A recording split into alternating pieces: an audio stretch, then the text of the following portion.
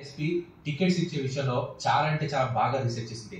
ఈసారి ఎక్కువ seats Muslims and Yadavs కి ఇవ్వకుండా బ్యాక్వర్డ్ క్యాస్ట్ అలాగే దళిత్స్ కి ఇచ్చింది.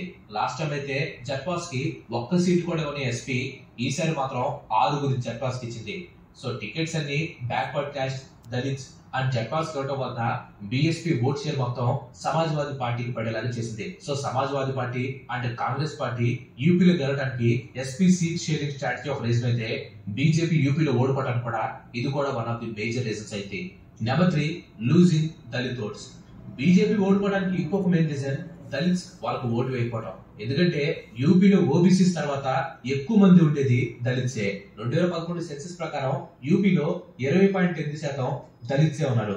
వీళ్ళ ఓట్స్ బీజేపీకి ఎందుకు పడలేదంటానికి కేవలం ఒకే ఒక రీజన్, అదే బీజేపీ 400 సీట్లు కనుక విన్ అయ్యి పవర్ లోకి వస్తే ఇండియన్ కాన్స్టిట్యూషన్ ని మార్చేస్తామని చెప్పి చాలా స్పీచెస్ లో చెప్పారు. ఈ లూప్ హోల్ ని ఇండియా అలయన్స్ బాగా యూజ్ చేసుకుంది. ఇండియా అలయన్స్ పార్టీస్ వాళ్ళు మాట్లాడే స్పీచెస్ లో పిఎం మోడీ స్లోగన్ అయిన ఆప్కి బార్ 400 పార్ అనే స్లోగన్ ని ప్రతిసారి చెప్తూ వచ్చారు. బీజేపీ కనుక 400 సీట్లు వస్తే అది రిజర్వేషన్ కి ఎండ్ అని, మొత్తం కాన్స్టిట్యూషన్ ని మార్చేస్తారని చెప్పి వాళ్ళ స్పీచెస్ లో చెప్పారు. దీంతో దళిత్స్ లో బీజేపీ కనుక 400 సీట్లు వస్తే ఏం జరుగుతుందనేది వాళ్ళకు ఒక క్లారిటీ వచ్చేసింది.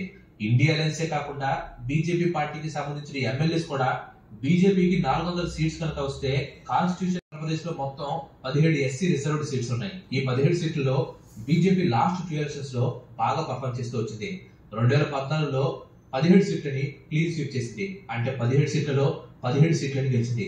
ఇంకా 2019 అయితే 17 సీట్లలో 14 సీట్లను గెలుచుకుంది. కానీ ఈసారి ఎలక్షన్ లో మాత్రం బీజేపీ వాళ్ళు కేవలం 8 సీట్లు మాత్రమే గెలుచుకున్నారు. అంటే దీన్ని బట్టి మీరే ఆలోచించండి, 17కి 17 సీట్లు గెలిచిన బీజేపీ పార్టీ ఇప్పుడు 8 సీట్లకు మాత్రం పరిమితమైందంటే దళిత్స్ బీజేపీ పార్టీకి ఎంత అగ్నెస్ట్ అయిపోయారో. సో దళిత్స్ అలాగే బ్యాక్వర్డ్ క్యాస్ట్ లో బీజేపీ పైన పెరిగిన వ్యతిరేకతే బీజేపీ యూపీలో ఓడిపోవడానికి వన్ ఆఫ్ ది రీజన్స్ గా మారింది.